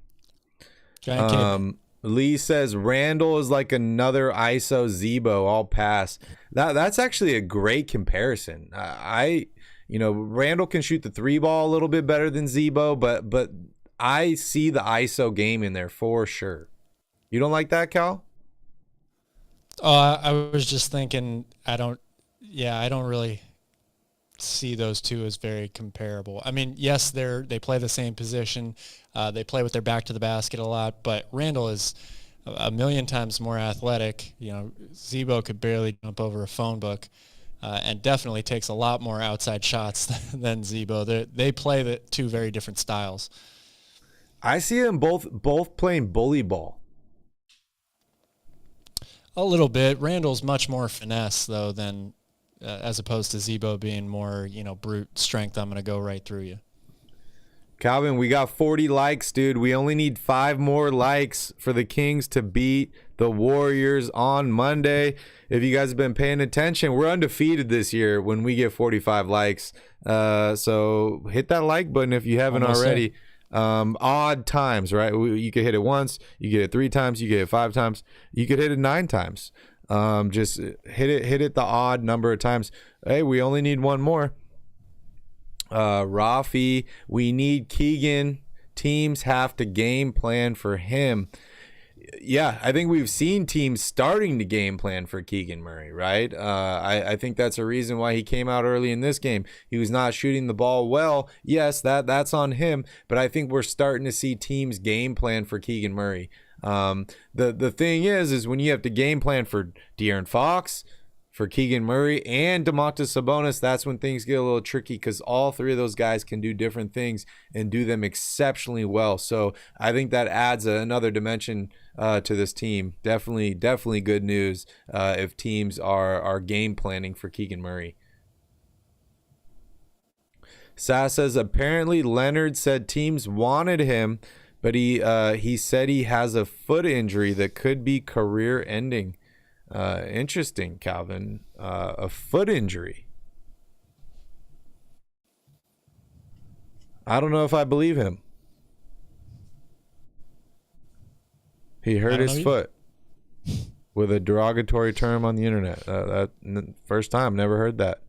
Never heard a guy getting suspended for not apologizing either. You know, whatever you think about Kyrie and you know, the video and all that stuff, I just never thought I'd see a headline that said player suspended for not apologizing. That's pretty wild. This is a new NBA we live in, Cal. Yeah, I think it runs a little deeper than that, obviously, when it comes to Kyrie Irving. But yeah, this is where we're at because of all the previous things. Jeff, we're still live. Are you going to sleep? We're still awake, dude. We're having fun. We're live here. Calvin, let's talk about this new Kings laser beam. What have you heard about it? Well, I heard that they're going to be blowing the laser beam up at Golden One Center after every Kings win now. I read why they originally put it in there, and I can't remember now for the life of me, but yeah, they're going to shoot off a giant purple laser into the sky after every Kings win. I don't know if that's just when they win at Golden One Center or if that's any win. Anybody in Sacramento, can you look outside right now and see if the bat signal is up? Oh, it was up tonight. I saw some footage of it. Okay. It is up. Interesting. A purple laser into the sky. I like it. Anything that celebrates a Kings win, I'm happy for. Any concern about PETA here? Are we going to have any birds crash landing into a purple laser or anything like that, Calvin? What about Batman? Oh gosh, I hope not. It's funny that you mentioned an animal. When I first read that, all I could think of was the Dr. Evil quote from Austin Powers: "Sharks with frickin' laser beams attached to their heads." Fricking lasers. You wish, welcome in. You wish says, who won the trade, the Kings or the Pacers? Calvin, we talked about this ad nauseum last year, and then we decided we're not going to be able to figure out anything until we get some more time to figure out what happens here. Has this been enough time? Is there a winner or is there a loser? Is it still too early? It's definitely still too early. I mean, like the Pacers still don't really know kind of what direction they're going. They're still floating the idea of trading Buddy Hield and Miles Turner. I think the rebuild is definitely still on there. I think ideally you have to say that it's going to work out great for both teams, right? Like both teams got somebody that they really needed and will help them eventually. But you know, the team's got to make the playoffs, I think, at least for you to say that it would work out. I will say that Halliburton, you know, we all loved Tyrese here, and he's taken his game to another level, as a lot of people expected. I think Indiana's got a multiple-time all-star player on their hands, a guy that's going to be a really, really solid player for a long, long time. You hope that that's going to be the same with Sabonis in Sacramento. So it's definitely still, the jury is still out. Yeah, I agree. I think it's still too early to figure it out. But also, I think an important thing to note here is it's not just Halliburton and Sabonis who's playing better. Like, we saw De'Aaron Fox play significantly better after Halliburton was sent out. And I absolutely love Tyrese Halliburton. I did not want to trade him.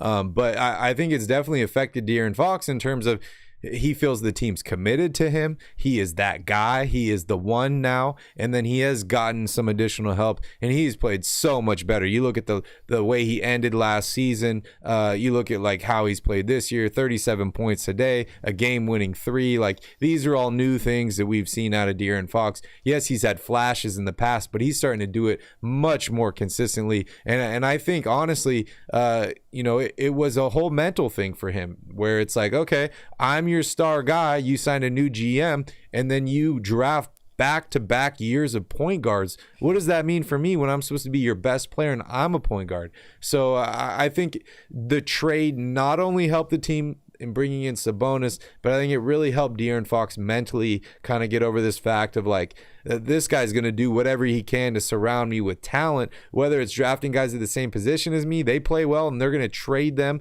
for guys that fit better. I think it kind of solidified for him that this is his team, and this team is trying to surround him with good players. So I think you got to look at it from that aspect as well. But it's definitely still too early. Key King says, I thought daylight savings is permanently gone. I don't think so. Normally football's on at 7 a.m. here on Sundays, it's rough. Calvin and I, we get to the bar at 7 a.m. It's early. Tomorrow it's at 8 a.m. So we get an extra hour to sleep in. I don't know what kind of a calendar you've been looking at, K Kings, but I'm pretty sure daylight savings is still a thing. Just not here for us in Hawaii, which is... Oh, there you go. Breaking news. Great. This is the last daylight savings ever. Is it? That's what Tito says. Congratulations. Oh, Tito's a Celebrate. Tito's a Scientologist or no, what's it? A Scientologist? Who studies daylight savings times? Is there a specialist on that? I'm not so sure there's a specialist for that, but... So are we going to permanently be 2 hours or 3 hours then? Or we don't know? That's a good question. I really don't know. If this is the last one, they change it tonight, and then they never change it again? Yeah, but then there's still the spring, spring ahead, so it would go back, right? I don't know. Not if this is the last one, Calvin. It's not something... Well, maybe... Does that mean this is the last cycle, or is this the last actual time that the time changes? I don't know. All I know is the clocks don't change here, so I don't have to worry about it. I heard the Mayans got rid of daylight savings time, and look what happened to them. So, I don't know if this is really going to play out. Tito says that he wants to see the new Kings jerseys coming out. Calvin, have you seen the sneak peek on these? I think I did see something on... Yes, I saw that, and I meant to bring this up a couple shows ago because, guys, we got rid of Sac. I love it. No more Sac. Sacramento. This is the first time since 2014 they will have the full city name on the front. Calvin likes Dennis, it. I was confused about the Buddy Hield jersey as well. Why the fuck have does gone it with say De'Aaron Buddy Fox Hield? or Sabonis or... Wild. You know what that means? That means Fox and Sabonis are probably going to get traded. They're not putting out jerseys with their names on it. No, this thing's sweet, dude. I like it. I'm definitely going to cop one of these. And, if you're interested in picking up one of these jerseys, Calvin and I are giving away a $250 Fanatics gift card on our other channel, Basketball at the Bar. All you need to do is go to that channel, Basketball at the Bar. It's listed in our channel description on this channel. You can click the Fanatics video. It's like 35 seconds long. You watch that. You write your favorite team in the bottom. Subscribe to the channel. You're entered in to win a $250 Fanatics gift card. You could probably get a Buddy Hield brand new Kings jersey for that. Probably. All right. What trade, says Jeff? Jeff, I thought you were going to sleep. Dennis says Hallie's been playing great. I saw a couple good games from Halliburton, but I try not to watch the Pacers right now because it's like watching the Mavericks, dude. It's what could have been, right? What could have been? The Farmer's Almanac.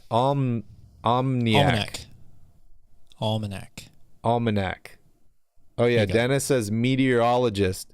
Tito, are you a meteorologist or a Farmer's Almanac? Because otherwise, how do you know?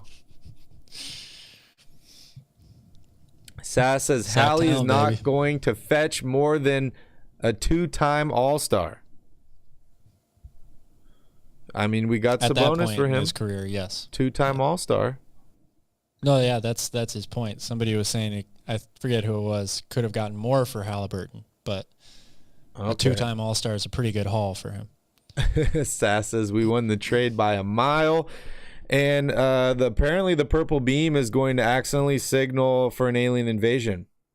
Interesting. Well, maybe that, Sass, or maybe the aliens will be Kings fans when they get here because they've seen the laser. Dennis says it's really cool to see the laser. Hopefully purple is the color of peace and not war.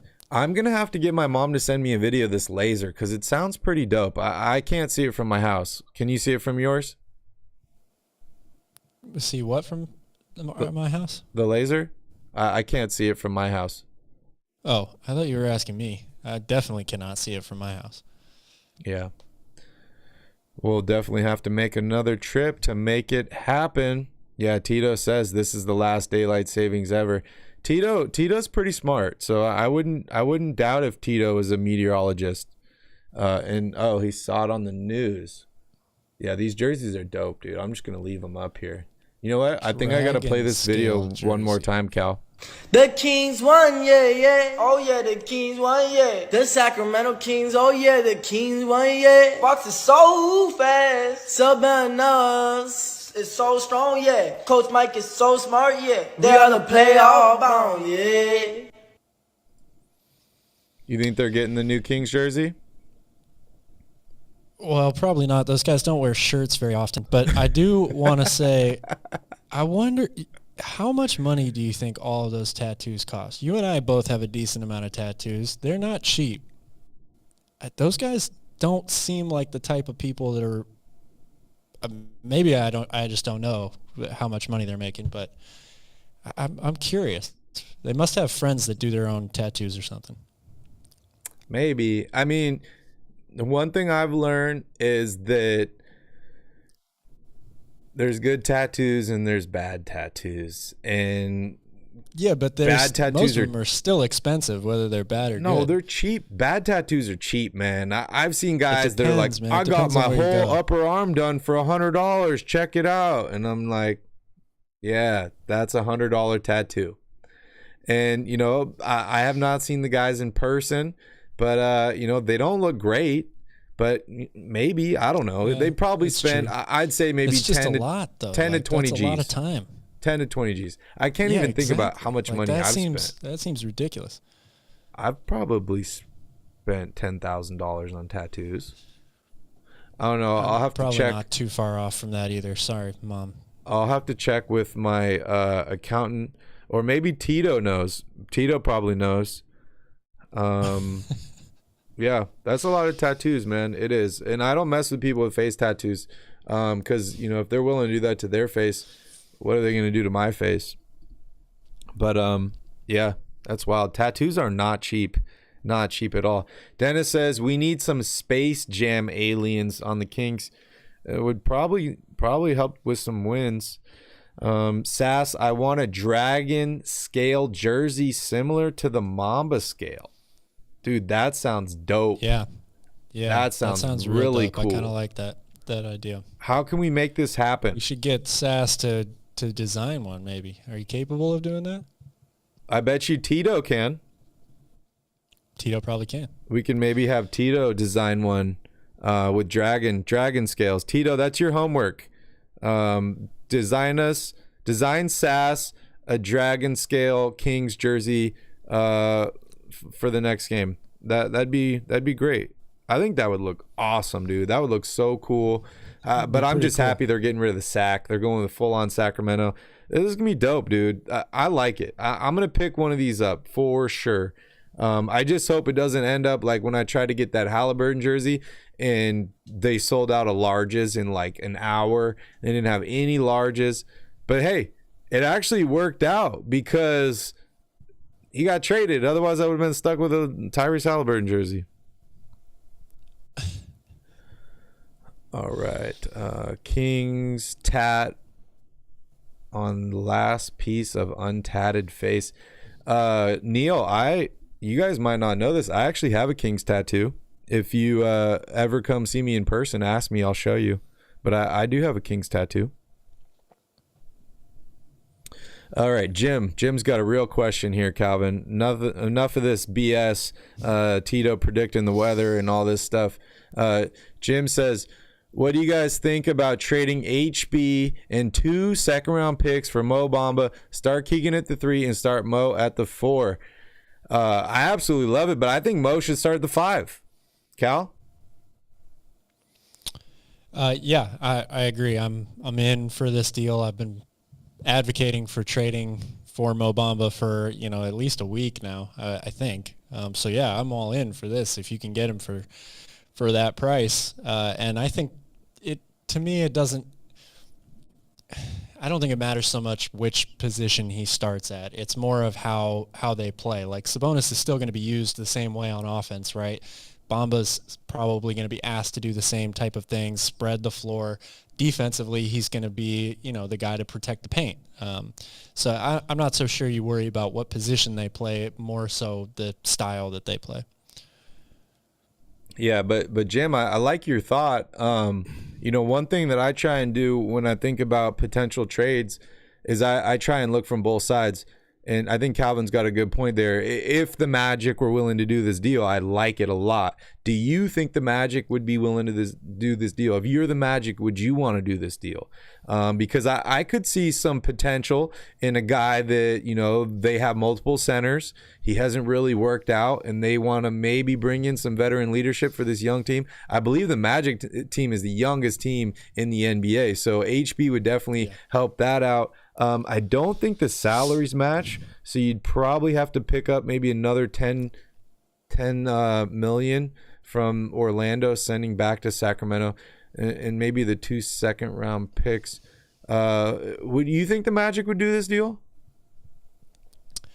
Probably not. I mean, they do have a lot of centers, so the idea of unloading one of them, isn't that hard to kind of fathom, but they also have a ton of wings.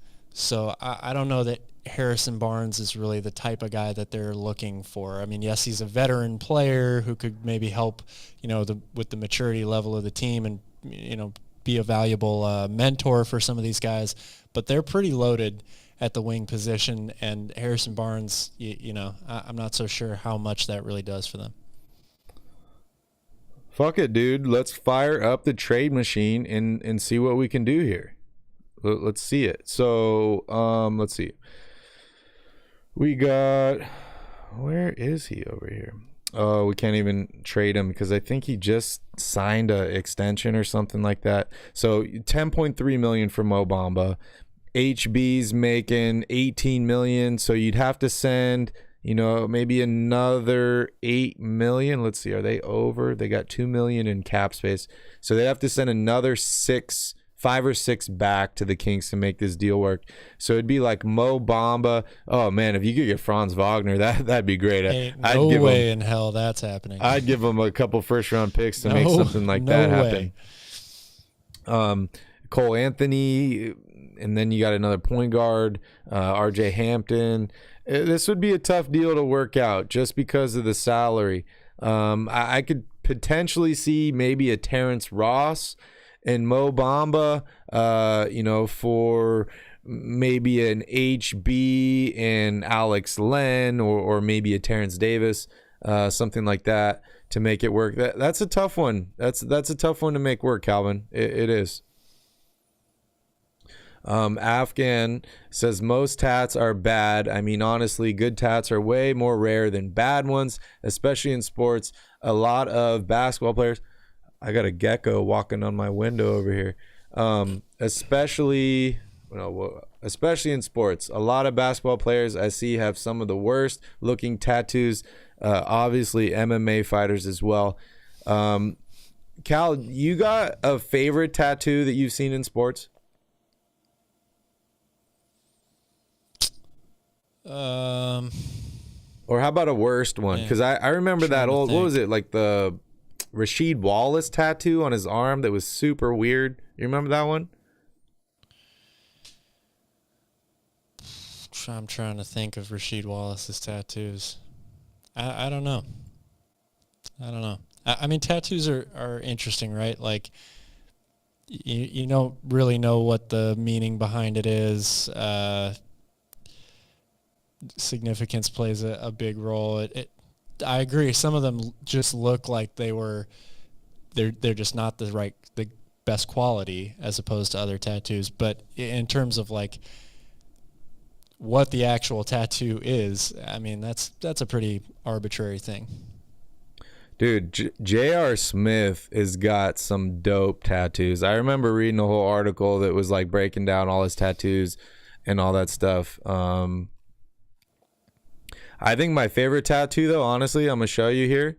It's Carmelo Anthony. The WB? He's got the WB logo. You know what it stands for? I've heard it before, but I forgot because if you see the police, warn a brother. There you go. I thought it was a great one. That's one of my favorite, and obviously I guess I know the meaning behind that as well, or at least you could extrapolate that however you want. But one of my favorite tattoos, and it's obviously not a great tattoo, but I like the meaning. Key King says, I've been watching some Pacers games, and Halliburton gets equal or even more free throw attempts than Fox, which is crazy to me. I mean, Fox is making free throws. I bet you Halliburton's missed more than 4 free throws on the season, which Fox is, 21 straight now? 21 straight. 21 jump street. Hard to compare. Really, really hard to compare. I bet you the Kings get more wins than the Pacers, though. Ricky, shout out to Ricky Nolan here. Thanks for joining in, Ricky. I think they should start Monk at the 2, move Herter to the 3, and have HB come off the bench. Calvin, I brought this up a week ago? What do you think? You afraid about bench production then, or what? Too small? Yeah, I am. I am. I just worry what that does to a second unit that, like I said, has not been really great overall in general this season. I think it gets worse if you do that move. Yeah, I mean, you got HB coming off the bench. Maybe it gives him, more of a certain role coming off the bench. I don't really know. I'm still in the boat of trade HB, trade Rashawn Holmes, figure out what you can get from that. I like Malik Monk a lot, and I've lobbied for him to be a starter. I do like Herter as well. I love the spacing that both of these guys would provide. And then obviously you got Keegan Murray out there, can shoot the 3 as well. If De'Aaron Fox continues shooting like he did tonight, this team could be a really, really good offensive team, and can definitely space the floor and maybe help Sabonis out a little bit. But yeah, interesting. Charlie, who's the best player the Kings can trade for? Calvin, this is you, buddy. I don't have an answer for that question because I'm not a front office executive. Like I think that's a very very difficult thing to try to predict because it's easy for us to kind of make assumptions about what other teams would want. But we really have no idea. So I don't think there's an answer for that question. Sorry. Yeah, I mean, you could say maybe Ben Simmons. I think the Kings could trade for a lot of really good players. Whether it's worth it or not, whether they have to give up too much, I don't know. That's an interesting question, Charlie. I want to know what you think. Who's the best player you think the Kings can trade for?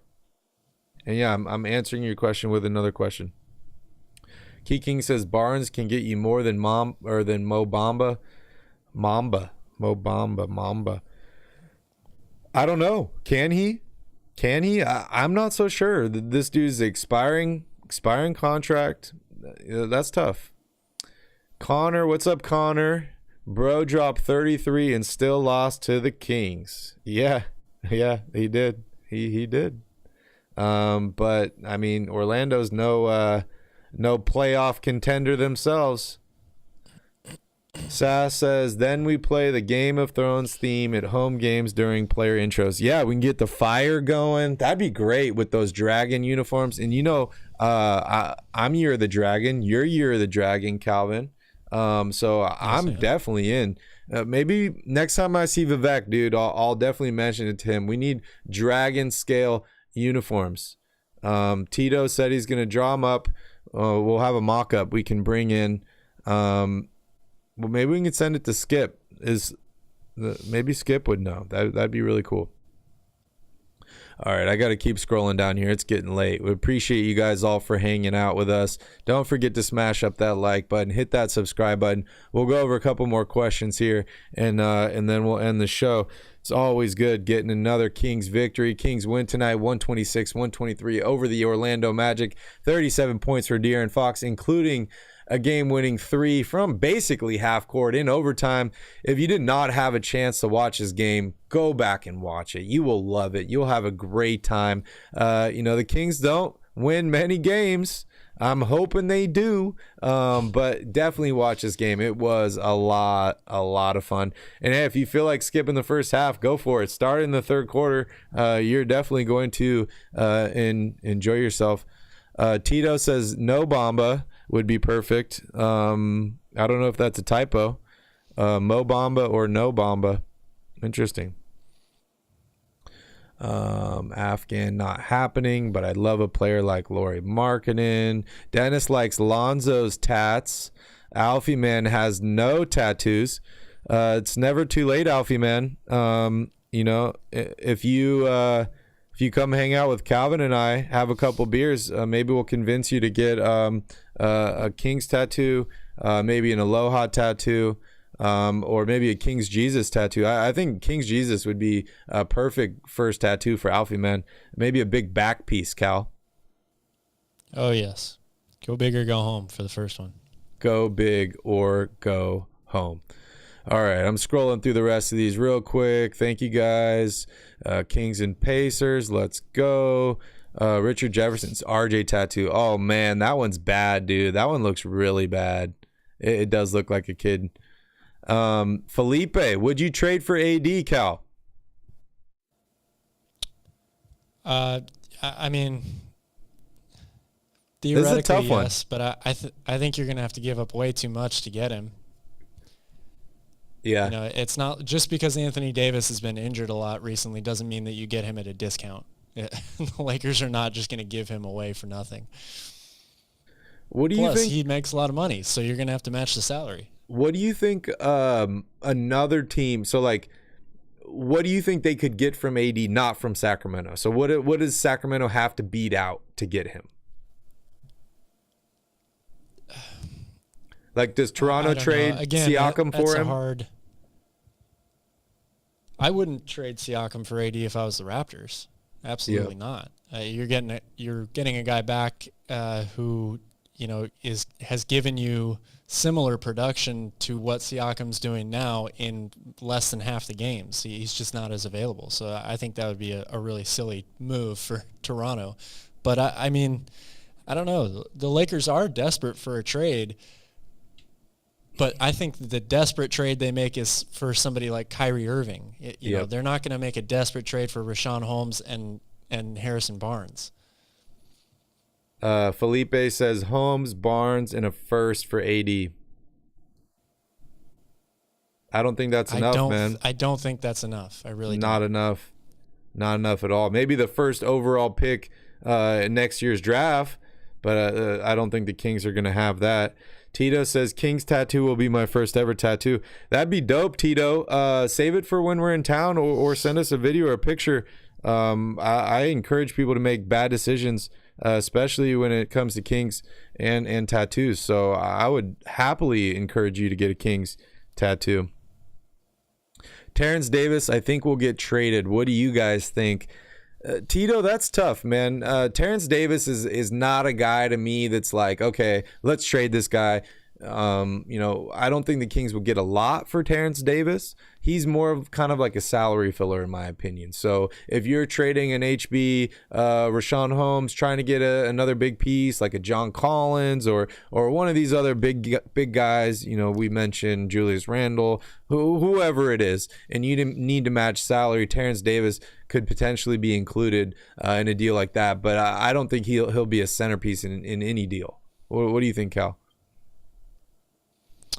Yeah, I agree. He's not going to be a centerpiece. It just depends on who they're going after and how many guys the Kings need to have involved in the deal. He certainly could become one of those people. He could stay on the team. He's right in the middle of that category. They don't play him a ton right now. He's still definitely a part of the rotation, so it's definitely a toss-up. I think it all depends on who the player is that they're trying to trade for involved and what the other team needs back in return. All right, last question from Key Kings here. What would you guys do for a Klondike bar? I mean, what would you guys do for Michael Porter Jr.? I absolutely love Michael Porter Jr., Calvin, but this is another guy that has injury concerns as well. I think that this guy has the potential to be the best offensive three in the league, but having a guy like Keegan Murray, they could end up being the same guy. What are your thoughts on Michael Porter Jr., Cal? What would you give up for Michael Porter Jr.? Man, I mean, again, you've brought up the injury concerns. I like Michael Porter Jr. a lot as a player. He would be a really good addition to have. But when you think about what you're going to have to give up to get him, which it's definitely going to be a lot. I mean, did his new contract kick in this year, or is that next year? I think it kicked in already. Yeah, so he makes a decent amount of money, which means you're going to have to probably unload multiple players. And probably at least a first-round pick. I don't see Denver giving him up for less than that. He's making $30 million this season, 33 next season, 35 the year. That's tough. 38 and 40 in 2026, 2027. That's a difficult player to try and trade for because obviously the team that he's on values him high, and you have to match the salary. So you're going to have to give up a lot if you're Sacramento. It's not about really what you want to give up. You're going to have to give up a lot. Yep. All right, guys. Well, thank you so much for joining us. We appreciate you all taking the time out of your day to hang out with us. Kings win tonight, 126-123 over the Orlando Magic. Please don't forget to smash up that like button, hit that subscribe button. Calvin, we passed 45 likes, so I'm guaranteeing a Kings victory on Monday over the Golden State Warriors. It should be a lot of fun. Dragon scale jerseys and laser beams. Thank you guys so much for watching. Calvin, any last words here?